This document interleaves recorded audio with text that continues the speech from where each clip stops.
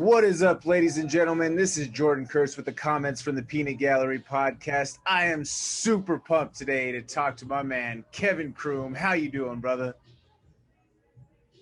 Man, I'm doing great, man. How about yourself?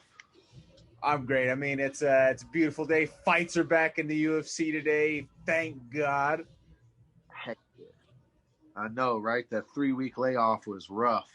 Oh, man, I was jonesing for some fights. I mean, it was cool last night to see LFA back in action, but then to finally get some UFC fights going back again this week and to start off with the banger in the main event with Calvin Kattar and Max Holloway. What a way to come back. For sure. I mean, it always, when there's like a lull in the fights, it always just like proves to me how I really just don't do anything with my life. You know what I mean? Like there's nothing going on. So I'm just like sitting around twiddling my thumbs. Like, what's up? Yeah, definitely, man. So I'm super pumped to talk to you, man. Like you just seem like you're one of the most interesting characters in the entire UFC. Like just everything from the outfits, the walkouts, the antics at the weigh-ins. Just, I mean, the 90s cartoons on everything. I absolutely love it, bro. It's just this pure nostalgia just hits right home. Yeah, man. I mean, I aim to entertain and everything, so I'm glad it works. Oh, yeah, absolutely, man. So I want to ask you, if you had to say what's your, if you had to have your ideal Saturday morning lineup of 90s cartoons, what would be some of those on that list? Oh man, I'm gonna say Turtles, obviously, Teenage Mutant Ninja Turtles, the original Transformers, and then I'm gonna go into like All Real Monsters, probably, some Ren and Stimpy. I mean, there's a million more. There's a million more. Those are the ones coming to my head at the moment. Yeah. Definitely. So were you a big bowl of cereal guy while watching those cartoons on those Saturday mornings as a kid, or what did that look like for you? Yeah, man. Well, I grew up in like a really sheltered home, so like I wasn't really allowed to. I didn't have cartoons too much, which is probably why I love them so much now. Gotcha. However, I am that now. Like, you know that scene in Big Daddy where he's like eating milk and the milk goes down his lip while he's laughing? That's me 100%, man. I watch Looney Tunes and just cheese out, like, for sure. That's awesome, man. I absolutely love it. So you talked about like all that and everything before, something that you liked. What was your favorite all that skit? Man, I just remember there's one with like Roseanne. They're like, she like is putting.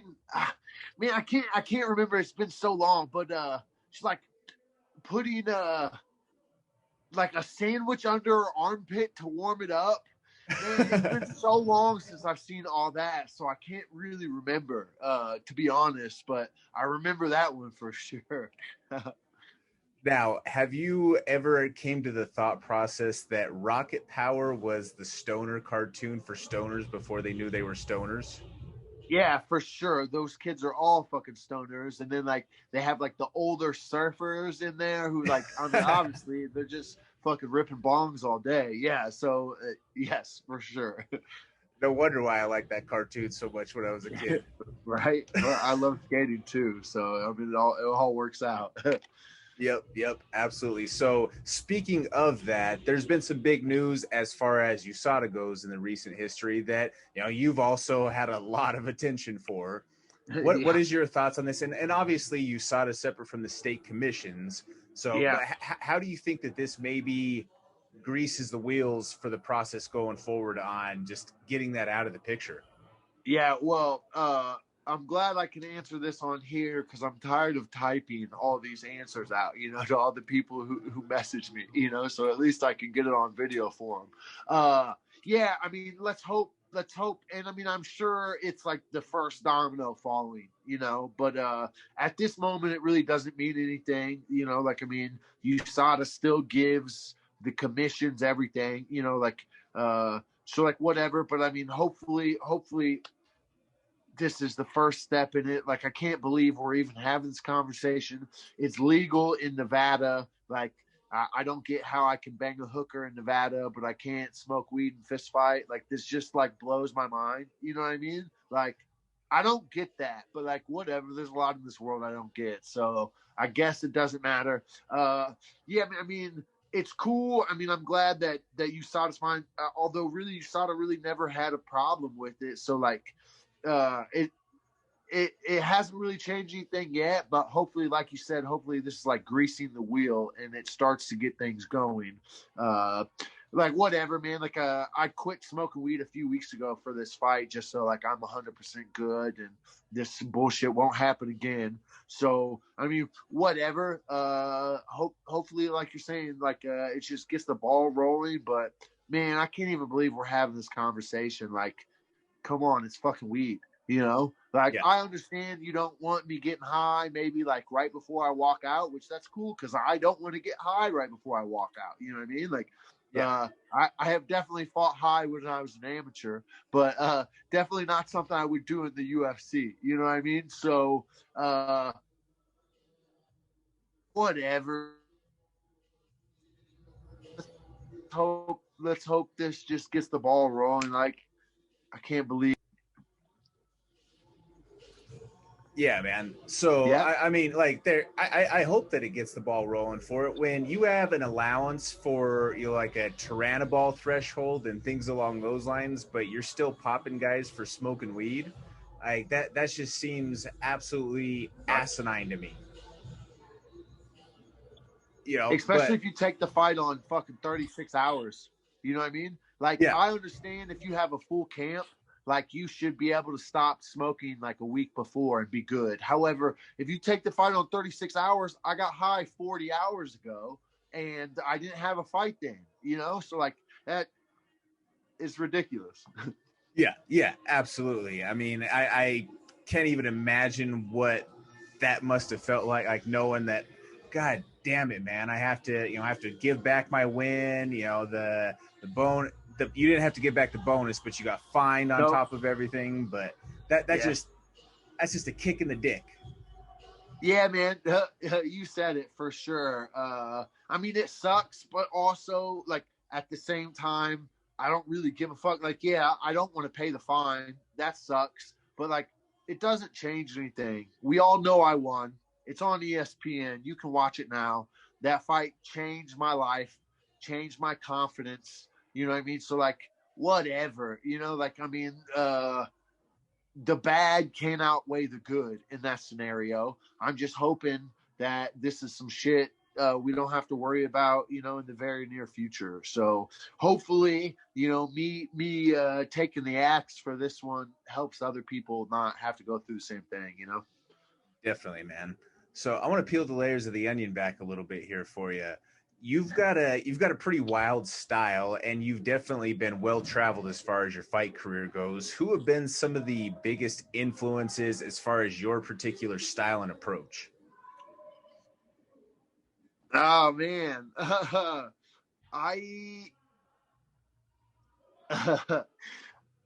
I don't like that's a interesting question and like a hard one. Like obviously I am a sum of everything I've seen and everything that you know what I mean? Like we're all like, while I want to believe I'm original, really I'm just a sum of all the movies and all the shit I've seen. You know what I mean? Like man, I don't know about like influences. I try to be me. Like I have always been a really hard worker. I've always been really tough, and like these are just things that's who I am.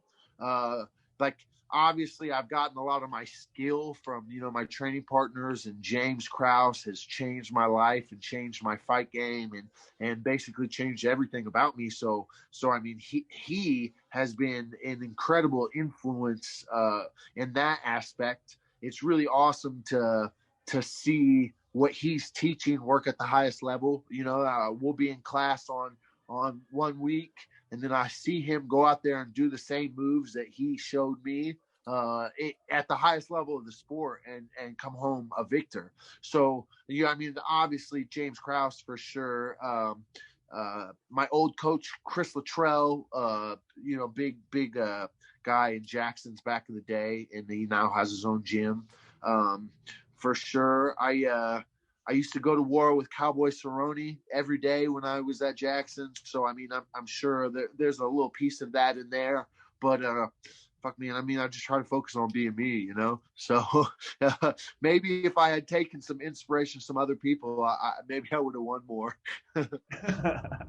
That's funny, man. So the James Krause effect, I feel, is real. I mean, that's just one of the most all-around intelligent human beings that I've encountered just across the board with life, not just the fight game. Mind. It blows my mind. Like, we've been in the fight game. He started fighting like maybe 6 months before I did, and he's so much smarter than I am. Like he'll talk about things, and like you can just tell, like, fuck, this guy has really just broken it all down and thought about it. Like,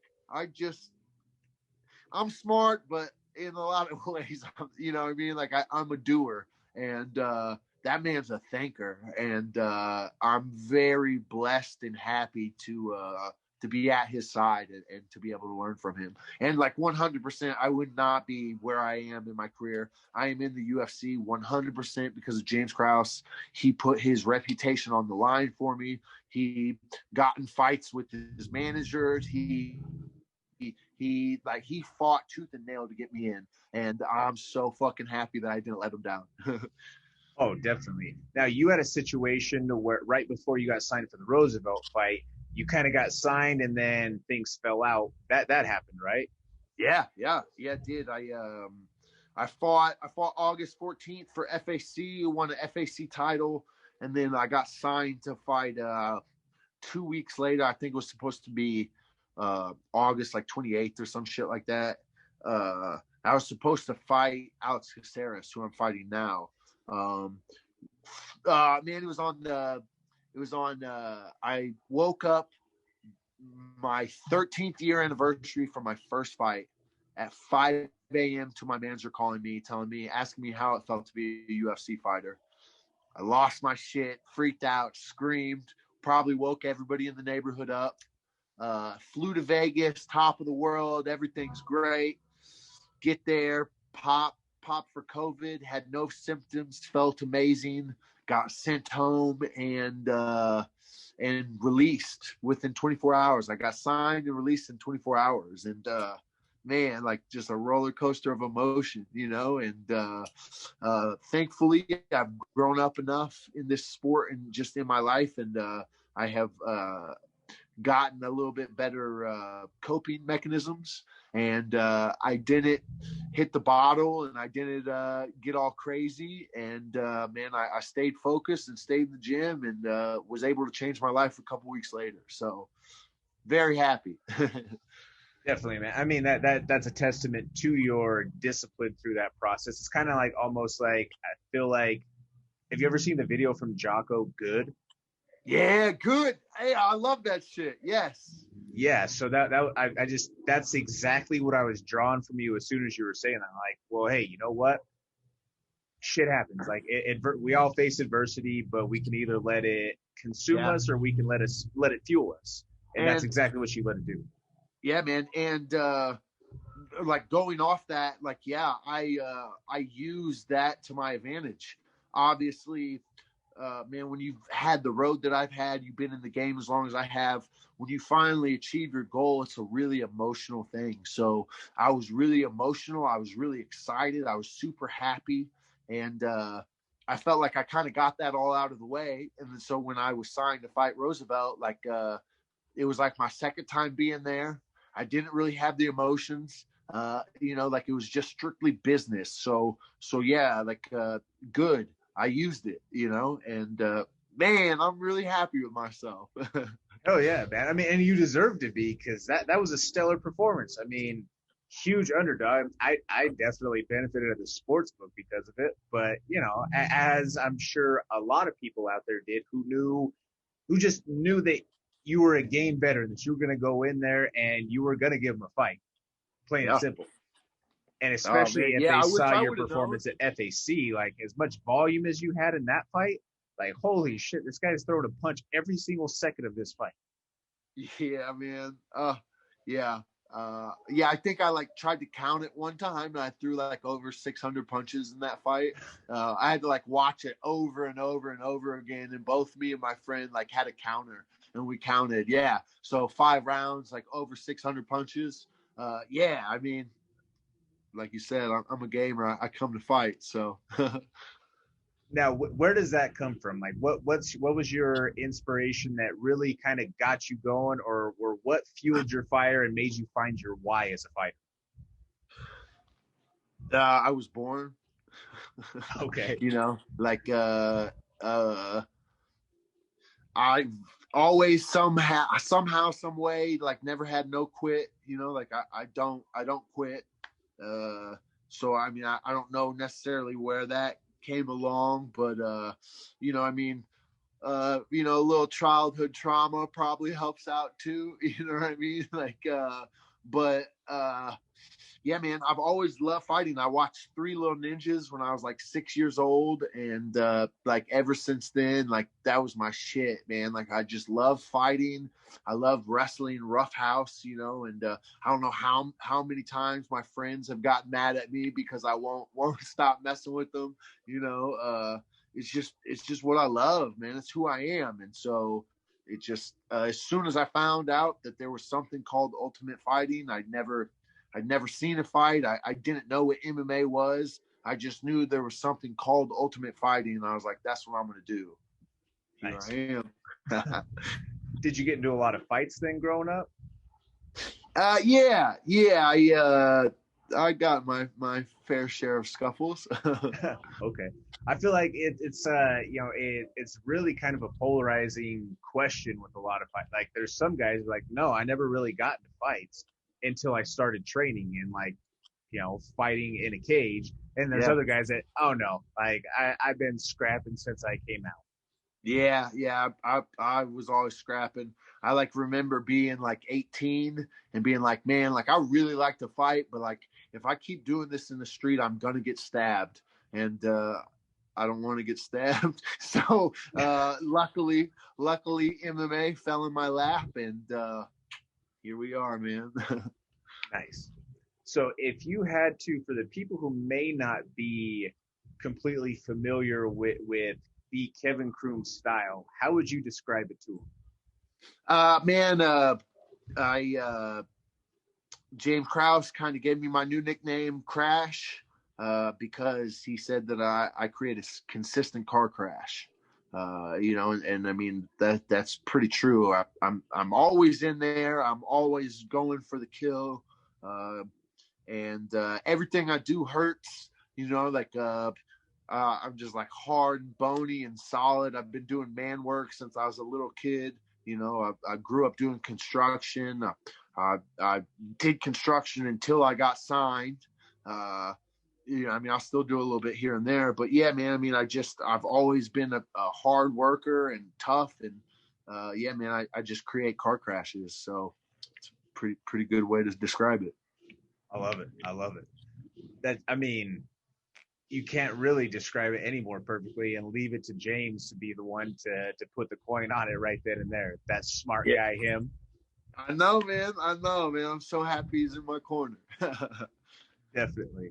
Now For sure. He hasn't been in my corner for a lot. He probably now we're about even, or maybe like a little bit more, but he's cornered against me a whole bunch of my life. So it's funny. It's funny how it all works out, I guess it makes sense though. You guys being out there, both in Missouri, it's very, very localized with a lot of that. I feel like anybody who's kind of been around a couple of different teams or gyms or so on and so forth in a localized area, that's probably a fairly common dynamic. For sure. I mean, if you're a fighter around here, you're fighting everybody. So yeah, Well, especially you Midwesterners, you crazy sons of bitches are fighting every other weekend. I had my amateur career was 14 months and I was 20-0. Jesus Christ, and bro. I had 2 fights before I started training. So like, yeah, it's pretty wild. Oh man, you got to have a passion for that to be going through that much damage without getting paid. Yeah, well, yeah. I mean, it wasn't at the time. Also, it was like 2007, 2008. Everything was a lot different, Very and true.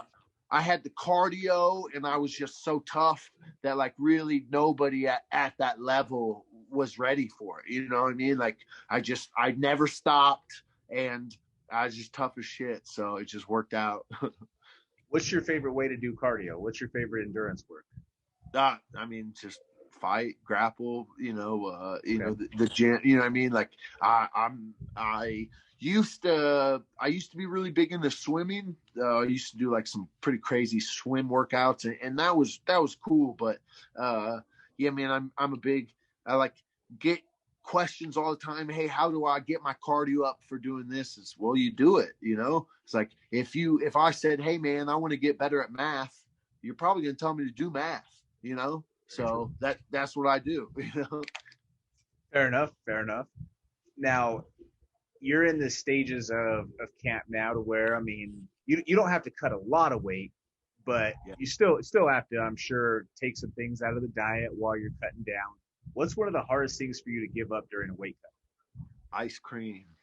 Ice cream. Man. I love ice cream milkshakes. That's my shit. I love it. And yeah, uh, it sucks when I can't have it, but I mean, that's the name of the game.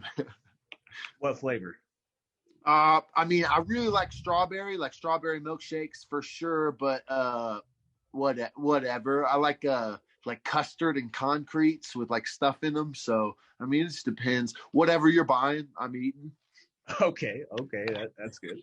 I'm on I'm detoxing the entire month from sugar and caffeine, so thinking of ice cream and milkshake, just like, oh my god, that sounds Oh, so good right now. yeah, that's rough. I did a sober October a few years ago and decided to do no caffeine as well, and that was pretty rough. I don't know if I could do no sugar too. That might kill me. Yeah, there's been some days where it hasn't been so easy for sure, but I don't know. It just was it was kind of a mental exercise too at the same time, on top of just Yeah. trying to go through a cleanse for the body. Yeah, for sure. And that's kind of why I did it. It's like I can stop smoking and drinking for a month, no problem. But the caffeine, that was a big thing, and so I did it. But I'll be honest, I don't know if I want to do it again. Yeah, no, I mean, I'm trying to explore some alternate options to coffee and all that. Just trying to figure out maybe is there some better stuff like mushroom coffee and tea, or just maybe some things that aren't as acidic. Just Yeah. because that part of the reason why I decided to lay off on coffee was I had never had it before. I mean, I'm a huge, you could ask Yusuf, like Yusuf, like, oh, this motherfucker loves his coffee, but I I love your Yusuf voice. yeah, but but yeah, he just always would make fun of me for having my coffee and everything. But I had started to get like some stomach aches for a little bit, and Yeah. I was starting to narrow it down to like they were coming after I was drinking coffee. So I figured let's try to just purge this shit for a minute, and let's see if it works. Let's see if they go away. And that's been working so far, but there's definitely been some moments where I'm like on the edge of like, God damn it, I just want some coffee and things would be a little bit easier. I wouldn't want to road rage or some shit like that. Right. Yeah. Oh, no, I'm very aware. Yeah. Yeah, definitely, man. So as we tie some things up here, is there anybody that you want to plug? Anyone you want to shout out? Man, obviously James Krause, Grant Dawson, Glory MMA. It's amazing, man. I love my gym. The best people around. It's really awesome. HKA USA Fightwear, Onyx. Man, hit me up on Instagram or Twitter, Kevin Croom _UFC. Also, I have a podcast. It's just me and my friends being really fucking silly. If you like to learn science and shit like that, this ain't the podcast for you. If you like to be a silly goose, holla at your boy. It's the All Out of Bubblegum podcast, because I came here to kick ass and chew bubblegum, and I'm all out of bubblegum. So heck yeah, check that out. It's on Spotify. And yeah, man, I really appreciate you having me on. Yeah, absolutely, man. And last question, what can the fans expect from you against Bruce Leroy? Heck yeah, man, I'm going to go in there. I'm going to crash, flash, and dash. Absolutely love it, brother. Always a showman. I appreciate your time, my man. Thank you so much for coming on the Comments from the Peanut Gallery podcast. This was episode number 99. The next one we're bringing to you is number 100. Thank you all so much for following along. You can check me out on the MMA Plug presented by DenverSportsBetting.com on Mile High Sports Radio every Wednesday night with the voice of the LFA, the Legacy Fighting Alliance, Mr. Ron Kruk. And you will see you next time.